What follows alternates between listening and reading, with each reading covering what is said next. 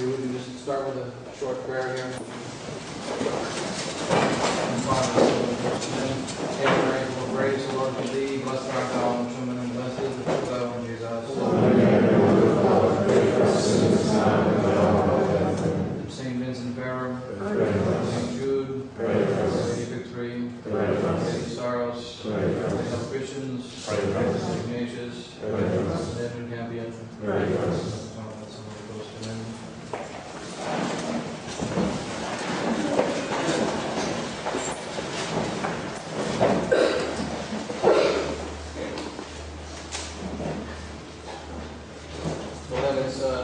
Good to be here in England. I've actually been to London maybe about 15 times or so, but each time I know how to get from the airport to 125 Arthur Street.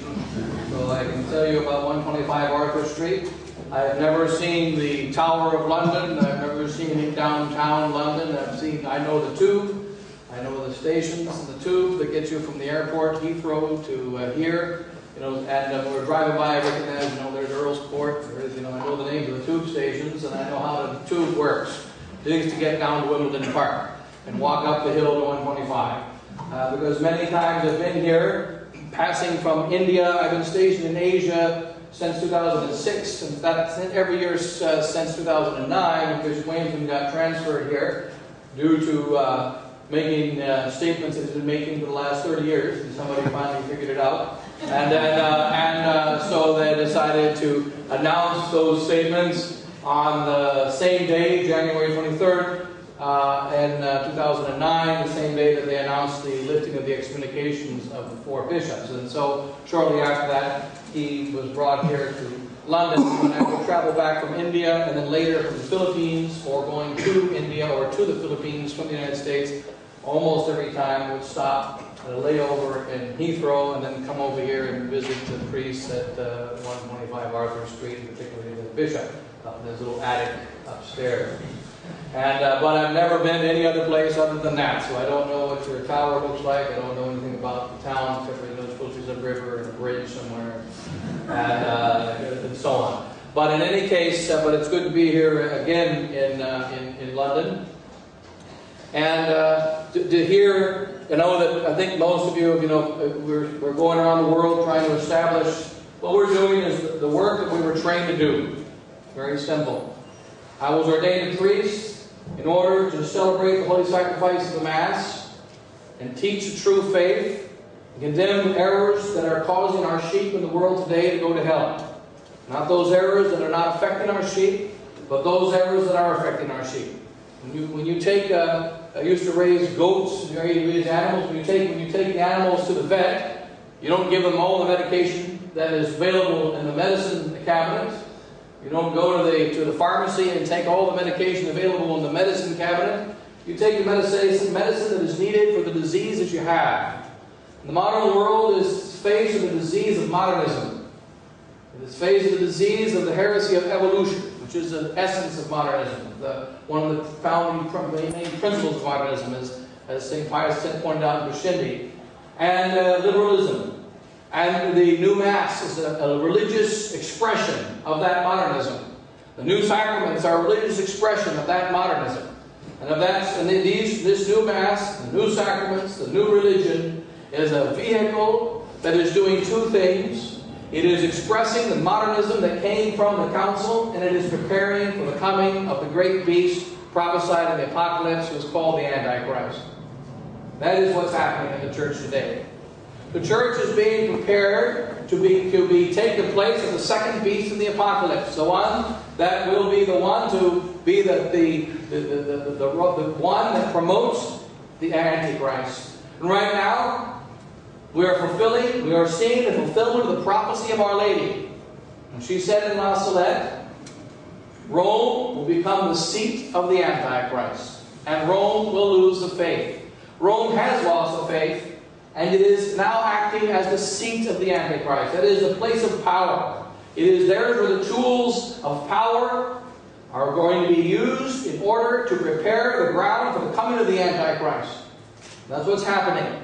Now the Blessed Virgin Mary is going to come in, And she's going to solve the problem. She's going to show her great victory, her great power. Very similar to what happened in the Old Testament in 153 BC.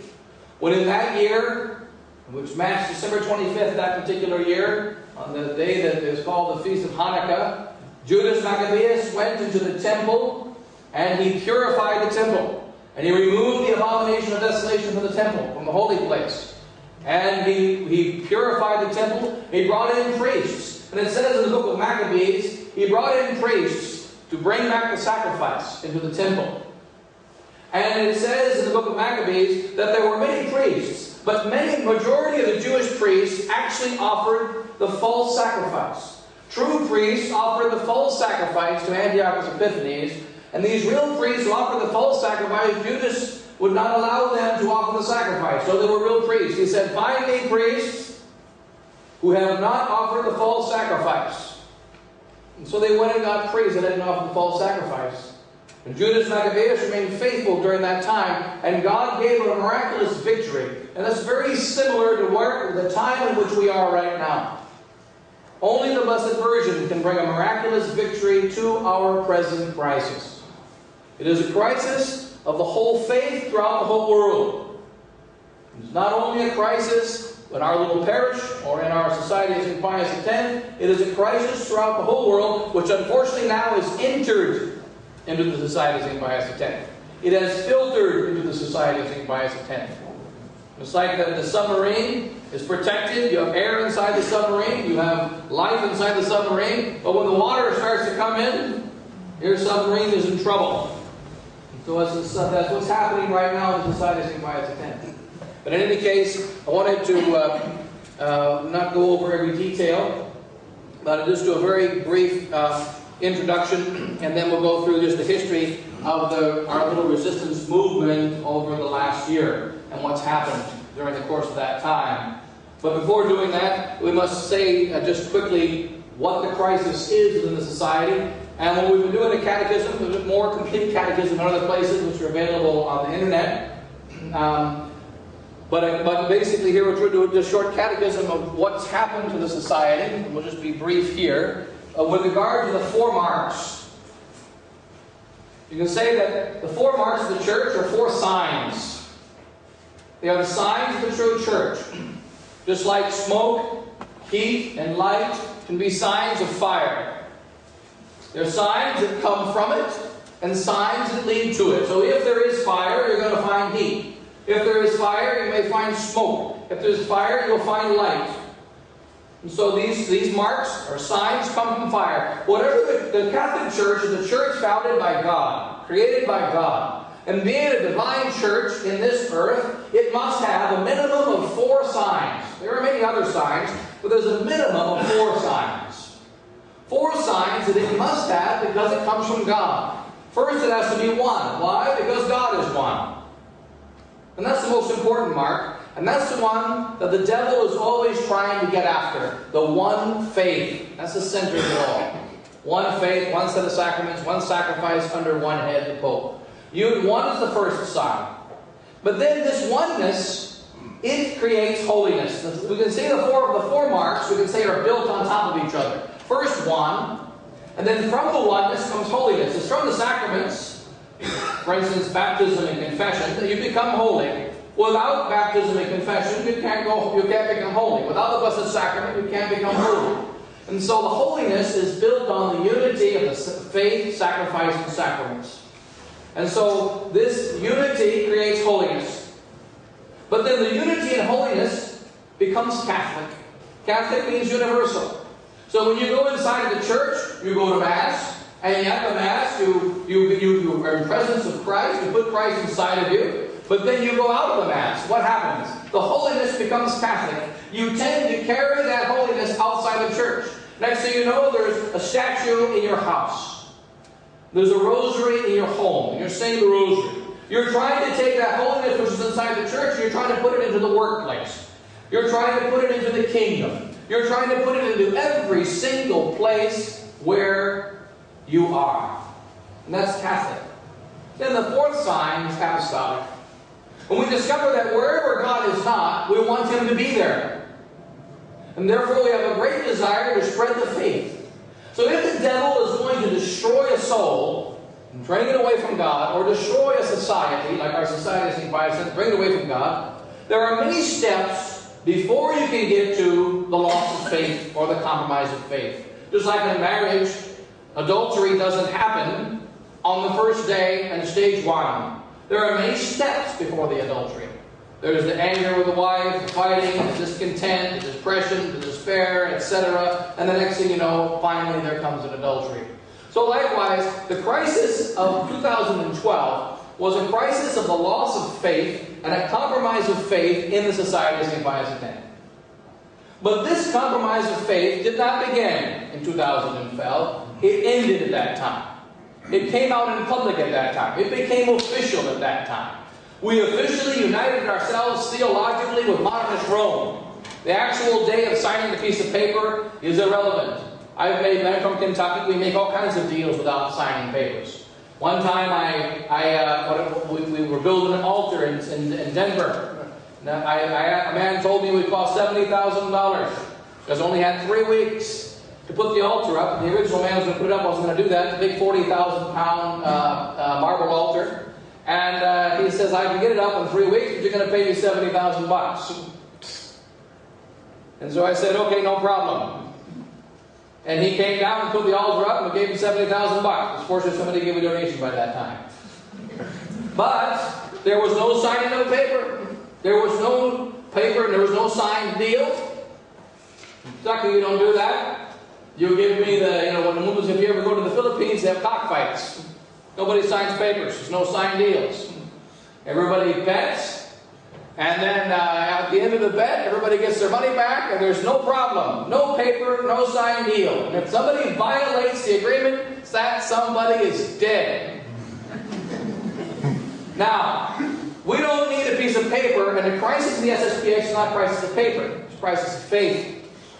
In 2012, the Society of St. Pius X said, we now accept Vatican II as enlightening and deepening the doctrines of the former teaching of the Church. That's number 4 of that declaration that Bishop Pfeiffer sent to Rome. We accept the new Mass as valid and legitimately promulgated, which means it's a legitimate Mass. Our defense said it was a bastard Mass. If you look up bastard in your dictionary, you'll discover it also means illegitimate. And illegitimate and legitimate are opposite things. You look it up in the dictionary sometime. So in any case, so that these things are opposite each other.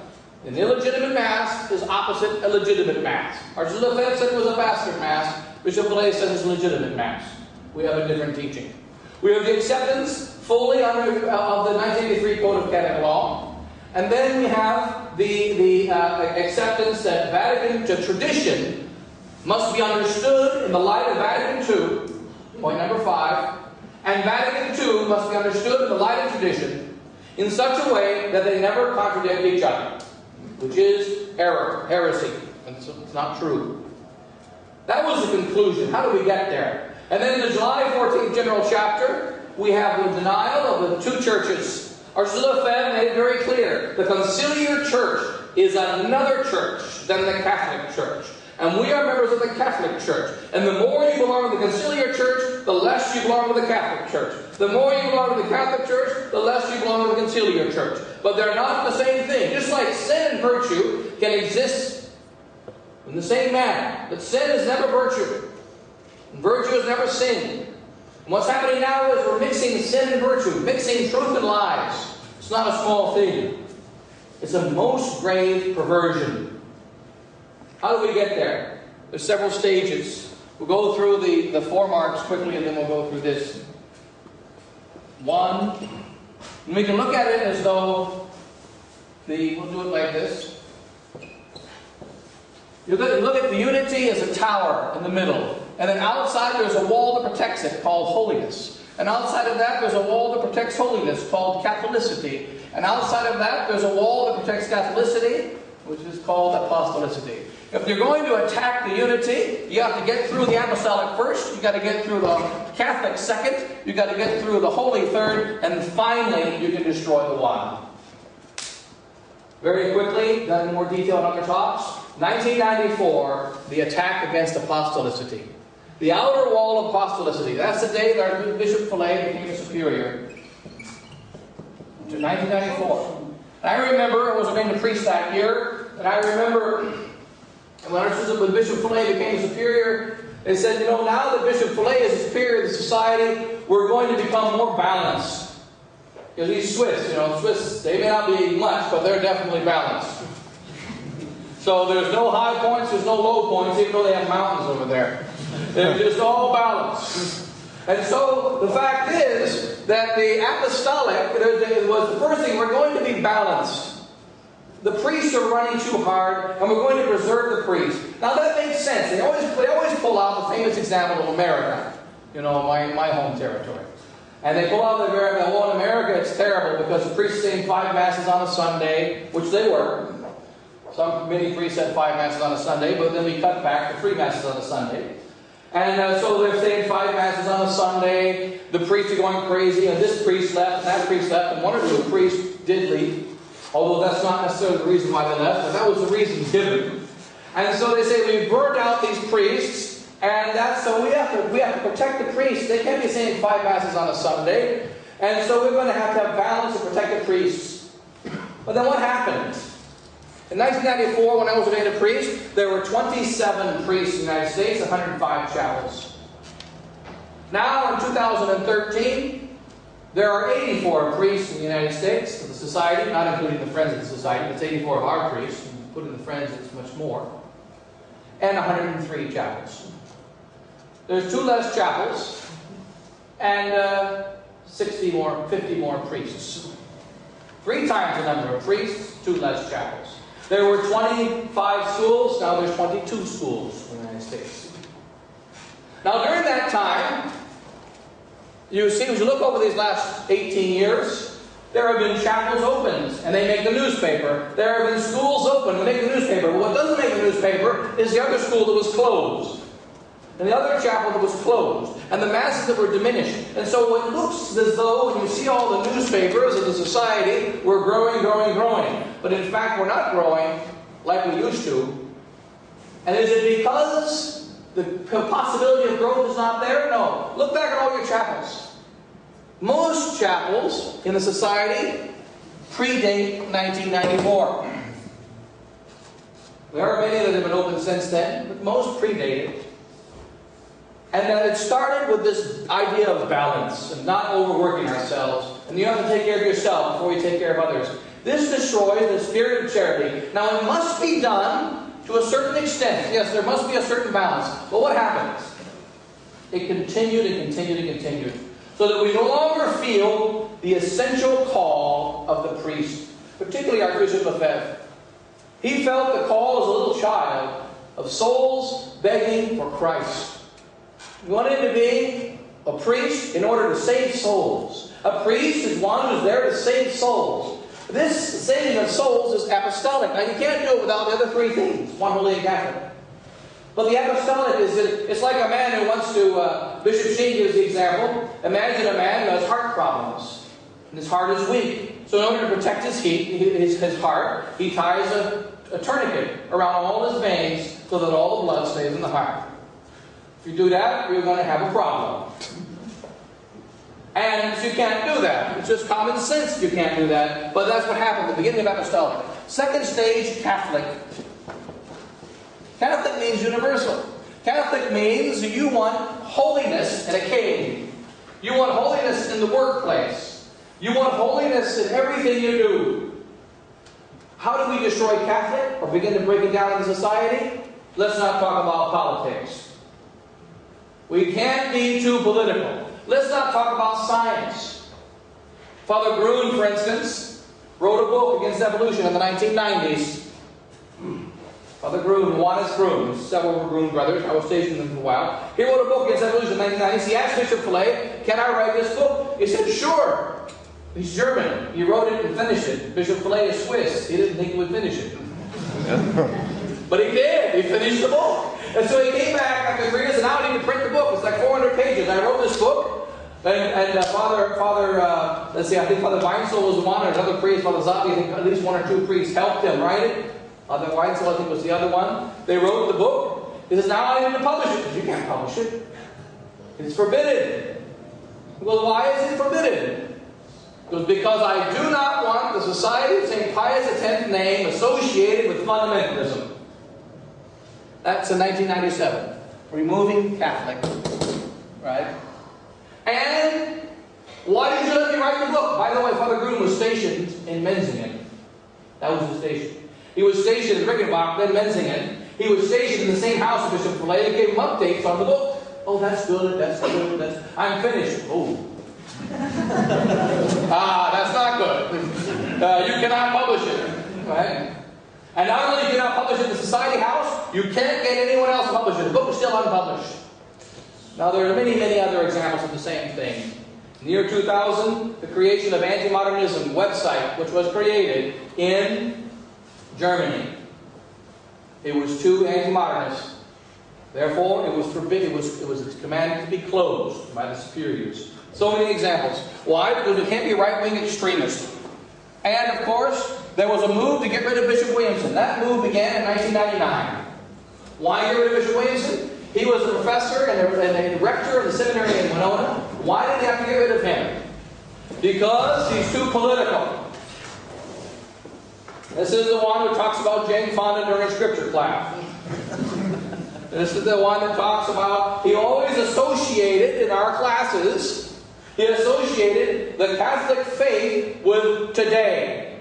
We knew that the sacred scripture meant something for today. And we knew that the truth that was true in the time of Moses was still true today. And he always brought in practical examples. But now we can't have that. Get rid of him. It took him until 2003 to successfully get rid of him and send him into exile, his first exile, to Argentina. So, get rid of Catholic. And that's been happening everywhere. And another example, I know this, some of the ladies, remember in the old SSPX, we tell all you ladies, thou shalt not wear pants. And remember, we're the extremists. And that's what we say. In America, we're far more strict. But, you cannot wear pants, right? Mortal, we say you cannot wear pants, so you're going to, ladies have to wear dresses all the time. And you have to have 47,000 babies. And what do you mean that baby is 10 months younger than the other one? What were you doing? Were you spacing them? Okay? Now, but the fact is that we're all babies. And, and then making sure that, when ladies dress like ladies, stay at home, daddy works, mommy stays at home, etc. All those things. But then, as time progressed, it all began to change. As time progressed. And so that each little thing is taken away. And then, next stage, the holy is attacked. And the holy is reducing the number of masses. Devotions. Every country has their own little devotions. The perpetual hell, the Thursday benedictions. There's just a reduction of the devotions. The all-night adoration. We used to have all-night adoration on the first Friday, most every one of the chapels in America. Now, I don't think any of them do. Maybe one or two. They just disappeared. It wasn't a law. It just kind of happened. It's just getting rid of, just reducing them. Or Father Leith and myself were in Phoenix, Arizona, covering the masses of about 9 different chapels. And three of us, Father Bevo, we covered about 9 different chapels. Or 9 different masses on a Sunday. In the same places where we used to say 9 different masses on a Sunday, they now have 7 different masses on the same Sundays, but they have about 9 priests. And so there's just been a reduction of the holy. Confession times diminishing. The father doesn't answer the phone anymore. We have all kinds of problems. I remember in the 1980s, there were so many examples of people calling St. Bob's Church, St. Tim's Church, St. George's Church. They're going to the phone book. My mother is dying. My mother is dying. My mother is dying. My mother is dying. Then they call our church. The priest answers the phone at 2 o'clock in the morning. The SSPX priest. My mother is dying. Can you come and anoint him? Boom. We go and anoint him. And they join the parish. Now you call the SSPX prior, you get the answering machine. We are available between 2 and 2:15. Then you got to get to the secretary, and you got to go on hold. Priest press 1. Priest press 2. Priest press 3. Go back to the original menu. And so, now that's what the priory, and that would make sense if it was like IBM Corporation. We're talking about a house with 2 people in it. Where did they get that style, that system? What? So, but in any case, so all these kind of things are happening. It was getting more and more difficult to get a hold of the priest, and the people feel more distant from the priest. They feel, and they feel correctly, that the priest seems to not really care. Now, many priests do care. They do.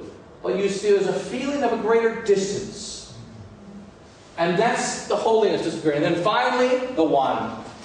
What's wrong with the modernist deal with Rome? Vatican II is 95% okay.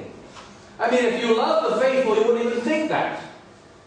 The mother does not give to a child a cake that's 95% non-poisonous, because the child's going to be 100% dead after he eats it. You don't do that if you love the child. But if it's for the child, and I don't have to eat it, well, you know. Yeah.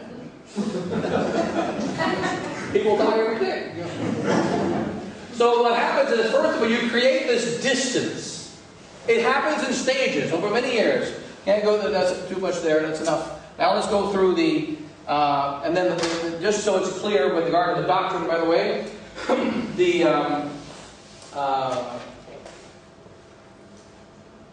SSPX now officially, in a written manner, approves of all the things we said at the beginning. It approves of the legitimacy of the new Mass.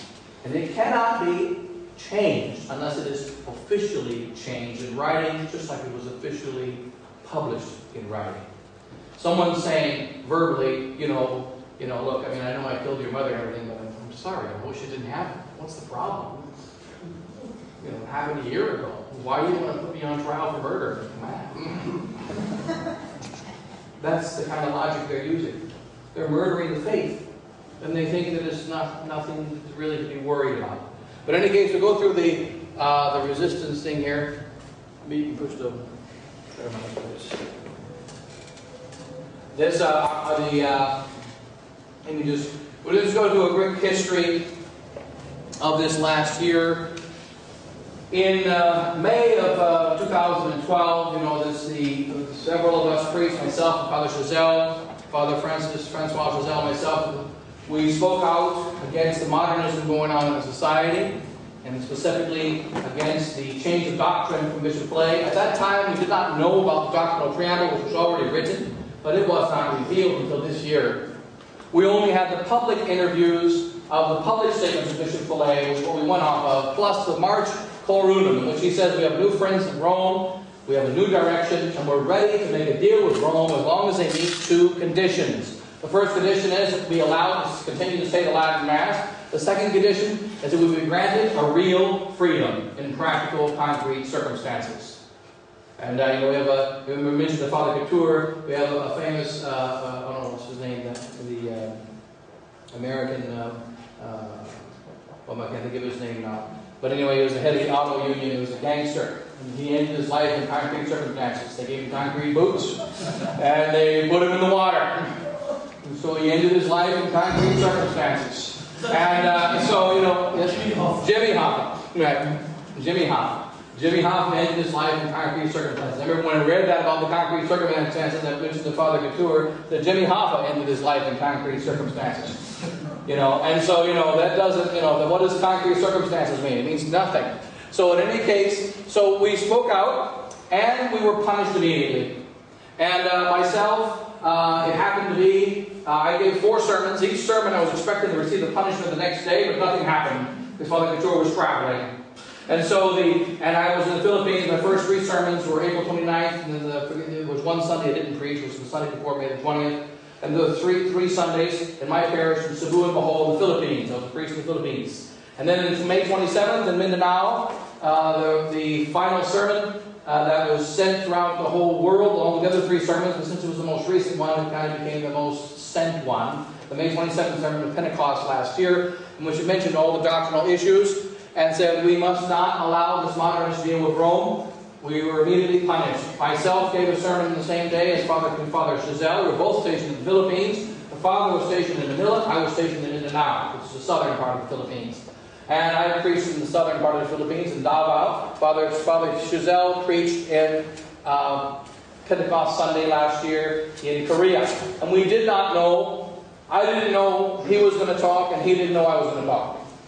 We just made the decision the same day to go ahead and publicly speak and announce it to the world that since this is the day we're supposed to make a deal with Rome, we need to announce publicly that this is wrong. Here are the reasons why it's wrong. We have no right to go against the Archbishop Lefebvre and the founding of the Society of St. Pius X. And so we were immediately silenced. By last Sunday in a society church saying Mass was June the 3rd of last year. And that was because it was traveling. It was Sunday after May 27th. And Father hadn't hooked up with me yet, and I went back to the United States, where I went for the ordinations. I go to the ordinations every year in the United States. And Father Rostand informed me that I couldn't either preach, nor give any talks, nor do any public masses or services of any kind in the United States district from my arrival until today. But I was allowed at that time to say private masses, which was later forbidden also. But in any case, so we began to establish Mass centers in August of 2012. And let me just go through this here. Because unfortunately, the computer was stolen in Lille, France. By a couple of frogs. Grabbed the computer a couple weeks ago. Let's see here. Anyway, let's just go through this. And so I wasn't able to, had a man in America, finish making some adjustments to this little thing here. The Vienna Declaration was August the 10th. That's when we got started. There was going to be a meeting of priests in August. Bishop Williamson and I spoke about this multiple times, previous and other priests also, about May of last year until August. There was going to be a meeting of many priests in Vienna, Virginia. Bishop Williamson was going to be there, as well as, of course, myself and other priests. And, in fact, Father Kramer was going to be there, but his foot got cut, and he couldn't take the airplane because of an infection. Nonetheless, others were going to be there. There were many priests that were going to be there. It ended up being 5. There were about 30 priests. 30 became 25, 25 became 20, and 20 became 15, and 15 became 10, 9, 8, 7, 6, 5. I had 2 of them weren't able to make the plane tickets. We went to the airport, and one was scared and didn't catch the plane. And then the other one was Father Kramer. His foot got cut, and he couldn't walk on the plane because of the infection. And so, but then Bishop Williamson was the main man to be at the meeting. And the purpose of the meeting was, originally, if Bishop Fillet, at the General Chapter, continues in the modernist direction, as was laid out in the March 2012 Quorum, does not change direction, the direction of the Archbishop Lefebvre, the Society of St. Pius X tradition, then there must be an immediate resistance to this new direction. It must be immediate for 2 reasons. 1, because of the gravity of the problem, and 2, in order to maintain an unbroken fidelity in the Society of St. Pius X, Archbishop Lefebvre, until whenever Our Lady wants to give the victory. There must be an unbroken chain. And so we called the meeting in August, and each day Bishop Williamson, I talked to him every day for a while there, right after the General Chapter, and he's coming, he is not coming. He's here, he's not here. It's a good idea, you must do it, I don't know about it. And then the priest had called me, what about Bishop Williamson? I said, what is today? It's a Thursday. I think today is a yes day. Yesterday was a no day, or today is a yes day, tomorrow will be a maybe day. So call back, but don't call back tomorrow, call back 2 days from now. And we'll see if it's another yes day. And so it was yes, no, maybe, yes, no, maybe. And so as this was going on, the priests were calling me, and I called the priest coordinating the event, and they said, well, Bishop Williamson's coming, we're coming. If he's not coming, I'm not sure. So I said, I can't guarantee. He said he's coming, but I can't guarantee he's coming because he's going back and forth. So at the last minute he decided, he said he was coming, but then at the last minute he told me I'm not coming, so he didn't come. So it ended up being 5 of us. And we had an election in which I was elected the superior of the group of priests. They were already booted from the society anyway. One of those 5 priests, as Father Ringrose posted us, was really only 4 priests. Father Voigt, myself, who was a friend of the society, Father Hugo, Father Chazelle, and myself. And then we began. We began to work. We went on a little tour of the United States. People were calling me all throughout the month of June, July, please come and say the Mass from all over the place. From Africa, I got calls from Mexico, from Brazil, from France, from I think I had at that time maybe one or two from England. I'm not sure about England at that time, but France and also Germany, and then of course Canada, United States, Philippines, of course, our home turf, and Asia, where Father Giselle and I were priests, and then so basically more or less representatives from everywhere, many places, everywhere, almost everywhere in the SSPX world. I said, well, first I'm not going to go until we meet with the priest. Then we will see what we have, what priests we have. Then we will start the work. Ended up being only a couple priests. We started a priory the next on August the 12th in Boston, Kentucky. This is my home turf. Chapel's been there since 1973, and so we started there, and then we began to go out. And at that point, put it in South America and North America. We had 8 priests in the resistance. Those 8 priests. Because right away, Father Hugo decided to spend 3 months of prayer and reflection before joining us. So the 8 priests were Father Ringrose, myself, Father Giselle, Father Voigt in North America, and then we had Father Thomas Aquinas in Brazil, and Father Cardoso, and I'm forgetting the other 2, and then we're doing the work in South America. And so we started going, and answering the calls of the faithful. So Father Voigt, and then Father Thomas Aquinas, Father Cardoso in South America, and then Father Roberts, Father Lietis who were assisting us, and then Father Roberts was in Florida, and then we began the priory. And this is the first, as we call this, the first Mass of Resistance. This is September the 16th, 2012. 2 priests, 1 faithful. So it was a small beginning. 2 priests, 1 faithful. This is right in front of the Church of Our Lady of Victories. And what happened was in Manila is that when that's our priory, Father Giselle and I returned to Manila, and we were told we were not allowed to eat with other priests. We were forbidden to eat with other priests. Brothers in the priory were forbidden to speak to us. We were allowed to eat in the library. They brought in food to the library. We sat in the library and ate. Father Couture told the priests that they could not hear our confessions and that we could not be given absolution. Father Giselle found out by going to confession to Father Onoda, and he was refused absolution. And that was because of the direct order of Father Couture, who said sin is reserved, our sins are reserved to Bishop Fillet. So if Bishop Fillet doesn't have very much jurisdiction these days, in fact he has none, but nonetheless our particular sins are reserved to Bishop Fillet. The priests were told they could not hear our confessions. We were forbidden to say Mass on altars, including the side altars, including at 3 o'clock in the morning with no witnesses. Said, well, can we just go there and say Mass on the side altars? No, you cannot. If you want to say Mass, in your rooms, with our Mass kits. Just in case we get a chalice and vestments out of the sacristy, because remember we're stationed there, so we have the keys. They change the locks in the sacristy. Just in case we might try to say Mass privately. And so as a result, I said Mass in my room with my Mass kit. Father Giselle said Mass in the streets and so on. And then until Sunday. On Sunday, they said we're not going to say Mass in our rooms on Sunday. So we came out on Sunday. Father Giselle said the first Mass. This is right in front of our church during the asparagus, because we're forbidden to say Mass in the church. Our church is right behind. And there's only 1 faithful at the Mass. That's my secretary, and it's because she had to be there. So there are 2 priests, 1 faithful at the Mass, and meanwhile there's about 300 or 400 traditional faithful inside the church. They're walking by and going into the Mass. And that was the beginning. And, why they forbade us to say Mass even privately in the altars and removed us the chalices and so on. We asked Father Couture, why he refused us absolution, and he said he couldn't say. Now then, we went around, if I'm going to refuse you absolution publicly, like they did with us, I'll tell you the reason why. Because you're in a bad marriage, see? You're in a bad marriage. You're in a bad marriage, you're not, and therefore you can't receive the sacraments. Everyone knows those who are in public sin can't receive the sacraments. What was our public sin? We asked. He could not say, and he would not say, and he was our superior. Now, in our first visit, we visited 305 faithful throughout Asia. And, you know, and then it's increased a bit since then. Remember, this is our turf.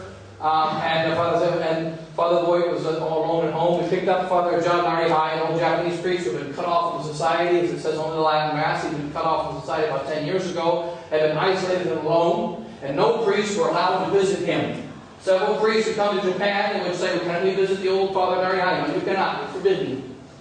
And so, but now because of being Father Zazel wanted to visit Father Narihai, just to say hello to him, we visit priests all the time. We're allowed to visit Minnesota priests. Why can't we visit a traditional priest? We were forbidden. And no, finally, Father Narihai was very grateful that we came and visited. And it was actually very good because Father Zazel was a very, very good, very humble priest and so on. But we had a Mass, and Father Zazel turned around and says, Father, I'm going to preach a sermon just for you. Oh, thank you, thank you. So he preached a short sermon, very good sermon for Father John Narihai. He was very happy that he showed us all, he was a samurai, so he showed us all the samurai sites and everything in Tokyo and so on, you know. So, and then now we visit him, we got a priest to help us out there. Only few faithful in Japan. Then I made my first visits in America while Father Giselle was in France visiting priests. He visited many priests, and, you know, let's just go through the... then we talked about the crisis in the society, established the circuits. Bishop Williamson was officially expelled on he received his notice of expulsion on October the 8th, 2012. And we received our notice. Can you do the pushing for me? I just have you push the space bar, whatever I need. We received our notice of expulsion. I received my notice October the 3rd. Father Chazelle received his notice of expulsion October the 4th. And Bishop Williamson received his notice of expulsion October the 8th, more or less the same week. We received our notice in Singapore, which is the headquarters of the SSPX in Asia. But of course, Father Couture was not there because he's the traveling padre. He's never there. I spent about 6 months, 8 months over the years, last few years, about more than 6 months and less than 8 months in Singapore, and spent, I think, 3 of those days with Father Couture, because he's always on the... He's like me right now, he's a traveling padre all over the place. But nonetheless, he wasn't there to hand us our expulsion. It was another one that had to hand our expulsion papers. So in any case, so we received our expulsion papers, but not from the boss. He wasn't there to give it to us. Then we continued. Just go ahead and keep clicking until we get to some numbers here. Go ahead and continue. I hope this. Then we went to capture Father Hugo in November of 2012. And we went on a big epic journey around the United States, visiting priests, visiting the faithful. We visited Father Gruner. Father Gruner told us that he supports us fully. But of course, his main apostolate, of course, is the apostolate of Fatima. He's got a different apostolate. But he also offered his house for us, that any priests that are expelled, they're welcome to stay at the house that he has. There's room for 2 or 3 priests who can stay there. And they have an open invitation for any priests who need to be able to stay at this place near Buffalo, New York, on the wrong side of the border in Canada. So in Erie, Canada, Fort Erie. And then go ahead and you continue then. And then we started our first places in Canada. The idea in Canada, very similar to the idea here. We started in Montreal and Toronto because the faithful, of course, were requesting. But there was a hope of Father Girard and Father Fox, specifically, joining the resistance and taking care of these people. So I told Father Fox and Father Girard, we'll go and say the Mass in Montreal, we'll say the Mass in Toronto, we'll get things started, and then when you're ready, you come and take over. Which hasn't happened yet. So we're still waiting. But as a result, we continue to take care of those places. And then New Jersey, so I go ahead and continue. Just go straight through to the... Here, let me just see. Just want to get there. We'll just bypass all this. The number of priests, continues to grow. Father Ortiz, Father Vargas, priests throughout the world are being expelled. One priest, actually Father Buffet, it just continues to grow there. But we had Bishop Williamson, even though he was expelled in October, he wasn't removed from St. George's House until December. He remained in St. George's House until December, and on December the 7th is when he came and joined us. Then we had our first conference in Kentucky, and we had a priest retreat, which Bishop Williamson preached for about 11 priests, and so on. Let's just go to 1242. It's way too late. Let's just go on to these things here.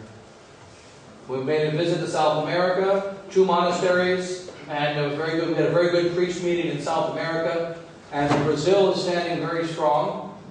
And then Father Rio just recently in France. And then just visit India. They've been calling us for India. I just got a call from India this morning. There's a Lourdes Mary where I used to stay. She calls me. She doesn't speak English. And I don't speak Tamil, except a few words. But she still calls me and says, "Come to Father, come to India. We're waiting for you, Father." So that's in the village of Arinkandihé. Here's a map of some of our chapels in the United States where the Hugo and I travel. Not all of them are here, but basically we travel, this area. Basically between the West Coast and the East Coast, about the same as from New York to London.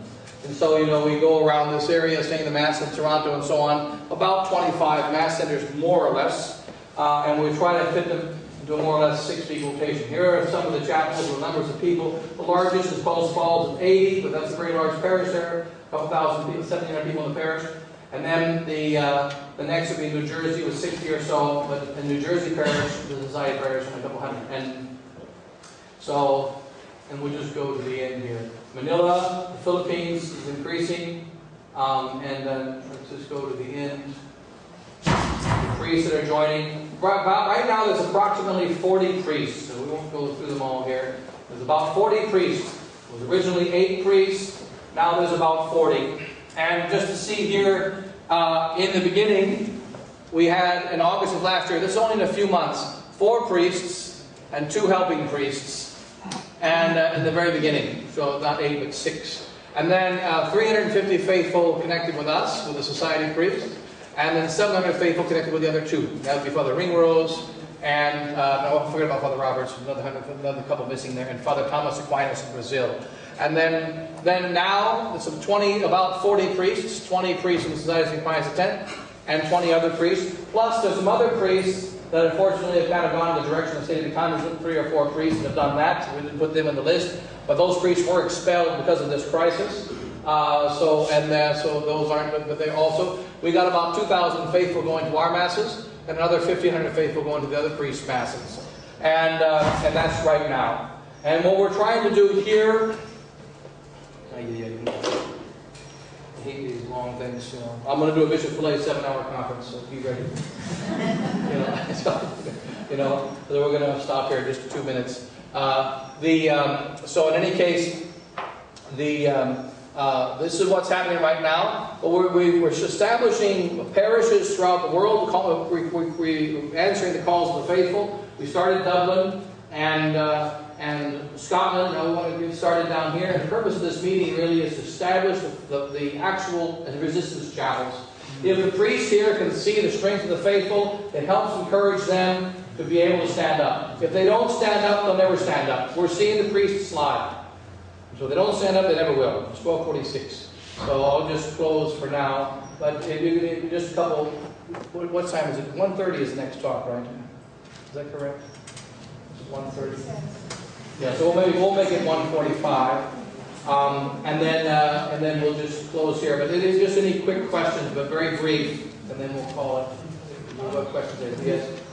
I don't quite know how to phrase that question. What surprises me is why all the superiors worldwide, why there hasn't been, it's a funny word to use, an attempted coup to remove Valley by force illegally. Okay, when I was here last year, the priest spoke about a coup at the 125 Arthur Street. Coup that never happened. I guess it was like the bomb blood, I suppose. It just never happened. The priests talked about it. They said we're going to go to the General Chapter and get Bishop Fillet to sign the Profession of Faith of Bishop Tissier. If we didn't sign the Profession of Faith of Bishop Tissier against modernism, then they were going to have him thrown out. And instead, it never even came up. And the reason is because they compromised on the first day. They were told to, Bishop Williamson is not going to be in the meeting. Which they have no right to block a bishop from the meeting. He should have been there. There was no reason they could have done that. So they voted, can we block him from the meeting? Only 9 voted that he should be at the meeting. The other 30 voted the other way. And in my opinion, those 9 should have said, you don't have a right to vote on this garbage. I'm not voting on it. He has to be here. because he is one of the 4 bishops. Right. He must be in this chapter. And so that's part of the rules of the Society of St. Pius X. He has to be here. And you're going to make sure he's here, or I am going to blast to the whole world all how wicked you are to the whole universe. And I will uncover all of you. And they say, you can't do that. Well, watch me. And they would be terrified. And they would back down. And they would not have done it. See, the devil gets you to make one small compromise so that when the big thing comes, then you're going to really stand up. Yes.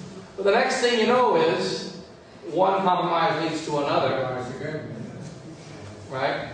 And you're finished, right? You're finished.